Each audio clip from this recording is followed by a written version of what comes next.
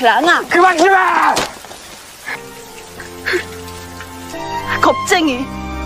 맞짱을 뜨란 말이야, 마적단 두목답게.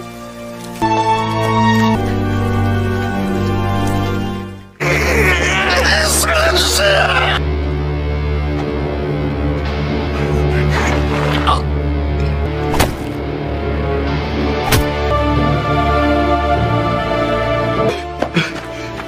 우물신, 철융신, 장사.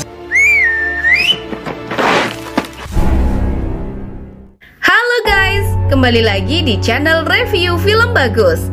Apa kabar kalian semua? Semoga sehat selalu ya.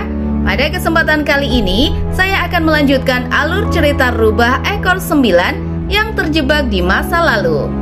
Seperti biasa, saya ingatkan dulu agar selalu dukung channel ini dengan cara like, komen, dan subscribe. Yuk kita langsung aja bahas alurnya. Inilah Tale of Nine Tails episode 8. Film diawali dengan memperlihatkan Yeon dan Rang masih tertidur pulas, yang dikagetkan dengan kedatangan Shinju dalam keadaan panik. Shinju memberitahu jika Hongju kembali menggila. Dia menyuruh mereka berdua untuk segera menghadap. Yeon yang melihat Shinju sangat panik pun segera keluar menemui Hongju, yang ternyata pagi itu Hongju sedang menyuruh semua pelayannya untuk memasak. Begitu melihat kedatangan Yeon dan Rang, Hongju juga menyuruh mereka masak.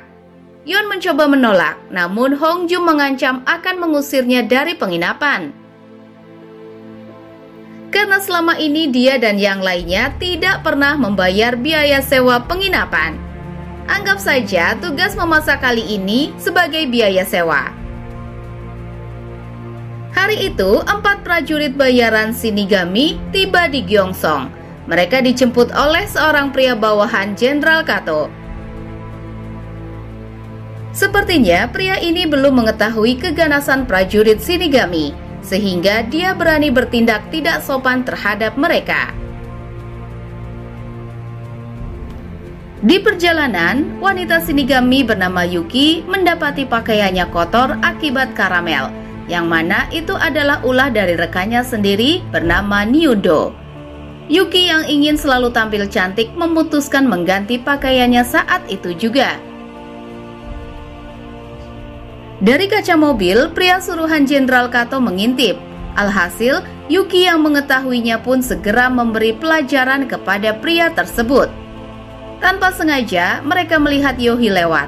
Salah satu pria Shinigami mengetahui jika Yohi adalah perwujudan dari Putri Duyung, di mana legenda kuno mengatakan jika memakan daging Putri Duyung bisa membuat mereka abadi. Setelah menyelesaikan tugas memasak, Yeon dan Rang sarapan bersama. Tapi Rang masih teringat perkataan Muyong kemarin, yang mengatakan jika Rang akan meninggal kurang dari 100 tahun lagi, tepatnya di tahun 2020. Hal itu membuat Rang kehilangan selera makan dan lalu memilih untuk pergi. Para prajurit Shinigami tiba di kantornya Jenderal Kato dan bertemu dengan Akira. Yuki sangat gembira akhirnya dia kembali bertemu dengan Akira. Di sini diketahui jika dulunya Akira adalah salah satu prajurit bayaran Shinigami, tapi dia memilih keluar dan bergabung menjadi anak buah Jenderal Kato. Tidak lama kemudian, Jenderal Kato datang menyambut para Shinigami. Dia menanyakan di mana pemimpin mereka. Yuki menjawab jika bos mereka itu memang sudah bertindak semaunya. Tapi walaupun begitu, Jenderal Kato bisa mempercayakan kepada mereka berempat untuk menjalani misi. Jenderal Kato lalu menjelaskan jika saat ini mereka sedang melakukan sebuah eksperimen, di mana dia akan menjadikan Iblis Joseon sebagai prajurit perang Kekaisaran Jepang. Untuk itu, Jenderal Kato menyewa prajurit Shinigami menangkap Iblis Joseon sebanyak mungkin. Mereka berempat akan dibayar sesuai jumlah Iblis Joseon yang berhasil ditangkap.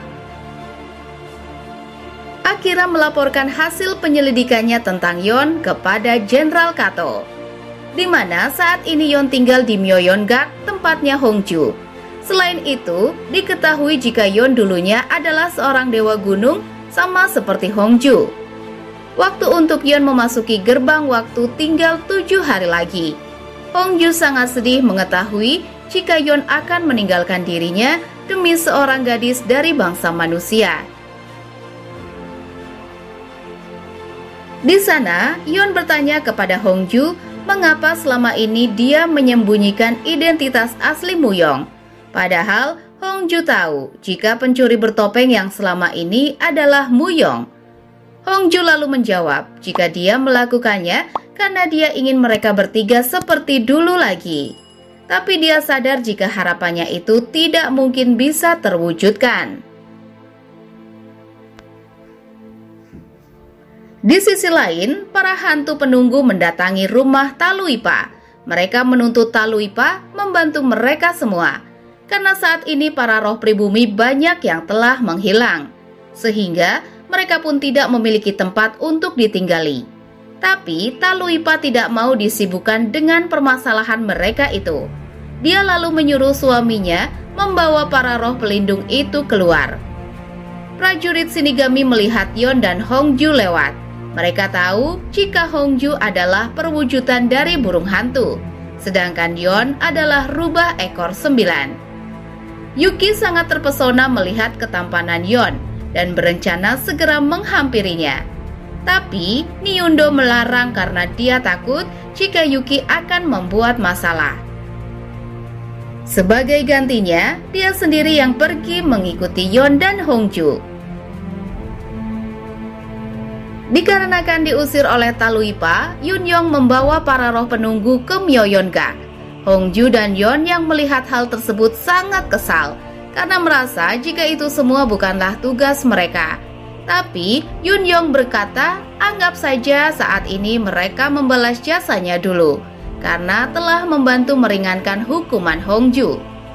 Yunyong juga mengancam jika Yeon tidak akan bisa kembali ke masa depan jika dia tidak membantu menyelesaikan permasalahan roh penunggu itu. Niundo menyusup di antara roh penunggu. Sementara itu, Hongju dan Yeon sangat pusing melihat mereka yang berdesakan ingin mengadukan permasalahan mereka. Di mana permasalahan mereka itu rata-rata karena kehilangan tempat tinggal, dikarenakan teknologi yang semakin modern, sehingga tempat-tempat yang dulu mereka tinggal kini telah tercemar. Sunwoo yang baru pulang sudah ditunggu oleh Jenderal Kato. Di sana, Jenderal Kato memberikannya hadiah yang ternyata itu adalah perhiasan yang dulu dia berikan kepada Shinju untuk mendanai organisasi mereka. Yang berarti dengan kata lain, Jenderal Kato telah mengetahui rahasia mereka.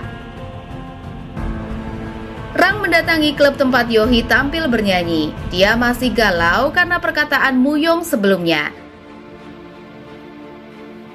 Rang mengingat kenangan dirinya dan dia beranggapan jika perhatian yang diberikan kakaknya itu belakangan ini semata-mata hanyalah usaha Yeon menebus kesalahannya saja, yang pada akhirnya nanti dia juga akan mati demi kakaknya tersebut. Rang kemudian pergi dengan perasaan sedih. Dia tidak menyangka jika takdir yang harus dia lalui sangatlah menyakitkan. Kemudian Yohi menyusulnya membawa payung dan menanyakan masalah apa yang sedang dipikirkan pria yang dicintainya tersebut. Namun, Rang menganggap jika perhatian Yohi hanyalah karena kasihan saja. Hal itu membuatnya semakin marah. Dia meminta jika mulai saat ini Yohi jangan pernah mendekatinya lagi. Sikap Rang itu membuat Yohi kesal dan menyebutnya sebagai pria pengecut yang hanya bisa menghindari masalah. Yohi berkata jika mereka telah berciuman dan dia sangat ingin menikah dengan Rang. Malam harinya, ajudan Rang dan Shinju rebutan memasuki toilet karena ingin BAB. Tapi tanpa mereka sadari, toilet itu dihuni oleh hantu penunggu wanita. Kemudian sekarang giliran Jiyu yang ingin BAB. Dikarenakan toiletnya sangat bau, Jiyu pun membawa bunga ke dalam untuk mengurangi bau busuk. Tapi tanpa diduga, tiba-tiba Jiyu ditarik hantu wanita itu hingga dia pun terjatuh ke dalam lubang toilet. Ketika kembali ke Myeongak, Rang melihat roh penunggu sedang berjudi. Niundo menghampiri Rang dan menawarinya ikut bermain. Namun taruhannya bukan uang, melainkan rentang umur mereka. Rang yang masih kepikiran tentang kematiannya pun memutuskan ikut permainan tersebut. Jiyu meminta teman-temannya merahasiakan kejadian ini dari Hongju, karena dia sangat malu jika Hongju mengetahuinya. Tapi, siluman serigala ajudan Rang justru mengabarkannya secara langsung kepada Hongju.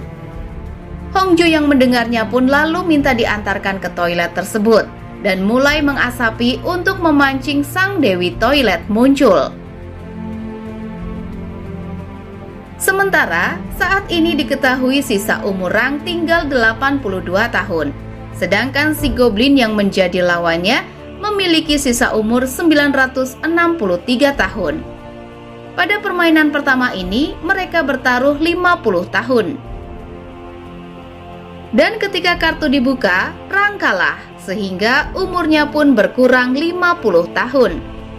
Rang pun melanjutkan permainan. Kali ini dia mempertaruhkan seluruh sisa umurnya. Di tempat lain, Hongju sedang menginterogasi hantu toilet. Kenapa dia mengganggu Jiyu? Hantu toilet berkata jika Jiyu membawakannya bunga untuknya. Jadi dia berpikir untuk terus bersama pria tersebut. Ajudan Rang mendukung hubungan hantu toilet dan Jiyu yang membuat Hongju kesal dan lalu mengusir mereka berdua. Hantu toilet meminta kepada Hongju agar dia diizinkan terus berada di sana. Sebagai imbalannya, wanita itu memberitahu Hongju jika saat ini Yeon memiliki pusaka batu pelindung dan penggaris emas.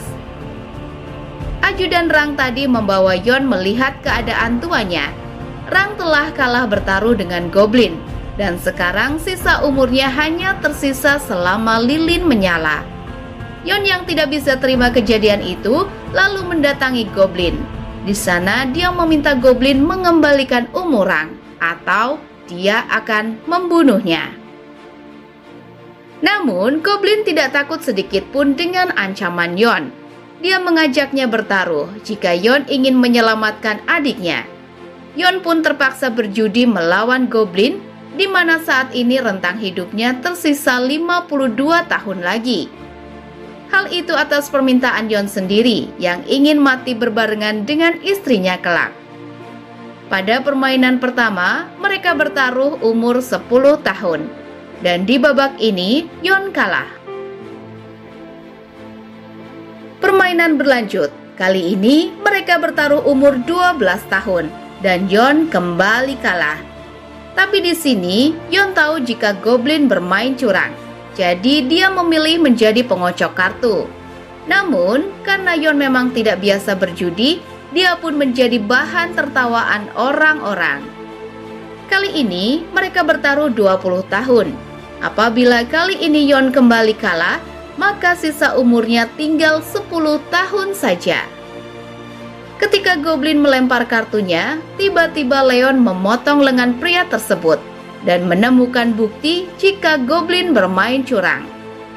Goblin meminta Yeon mengampuninya karena bagaimana mungkin dia bisa berjudi hanya dengan satu tangan. Yeon pun mengampuninya dengan syarat permainan sebelumnya dianggap tidak sah dan mereka mulai dari awal lagi.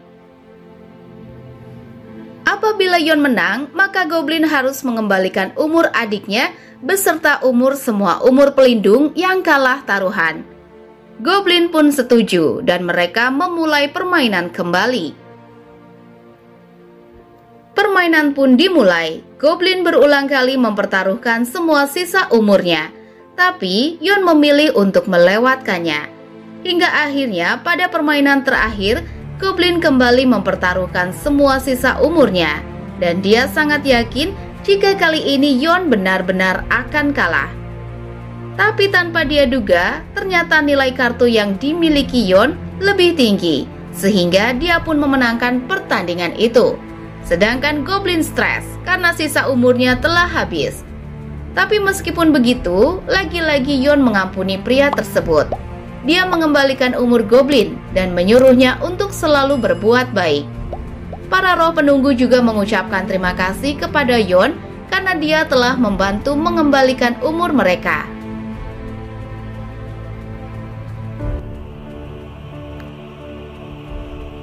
Di tempat lain, Sunwo mengadakan pertemuan dengan organisasinya.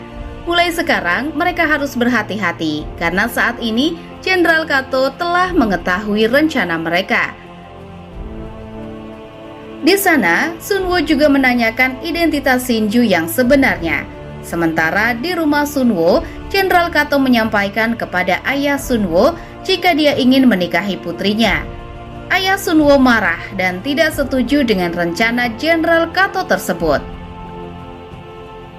Tapi, Jenderal Kato membawa seorang pria yang terlibat pengeboman di stasiun.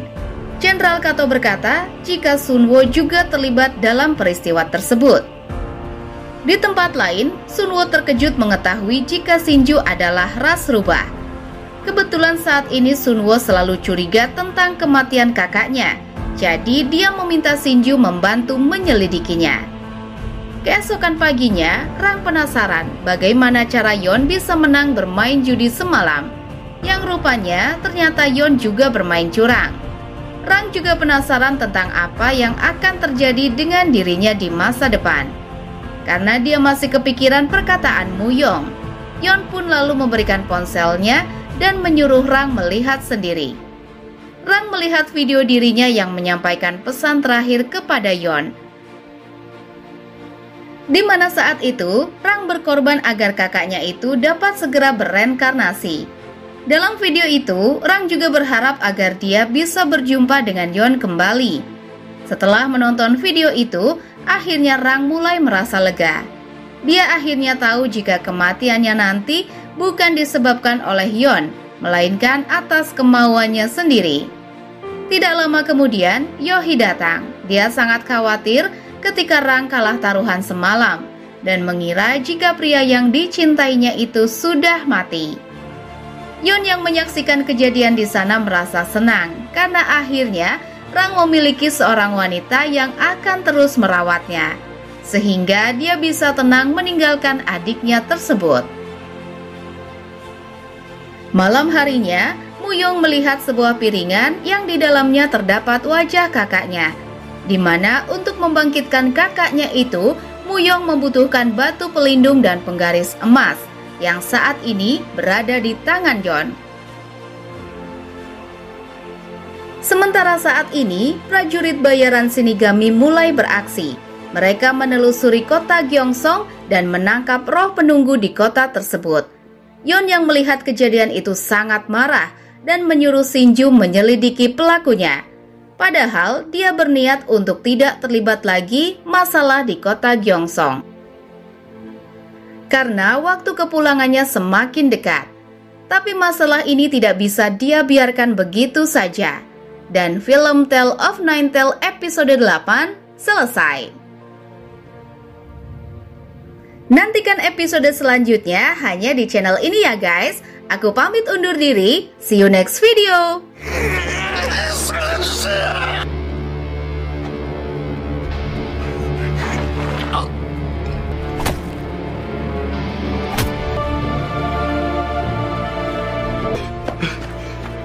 우물신, 철융신, 장사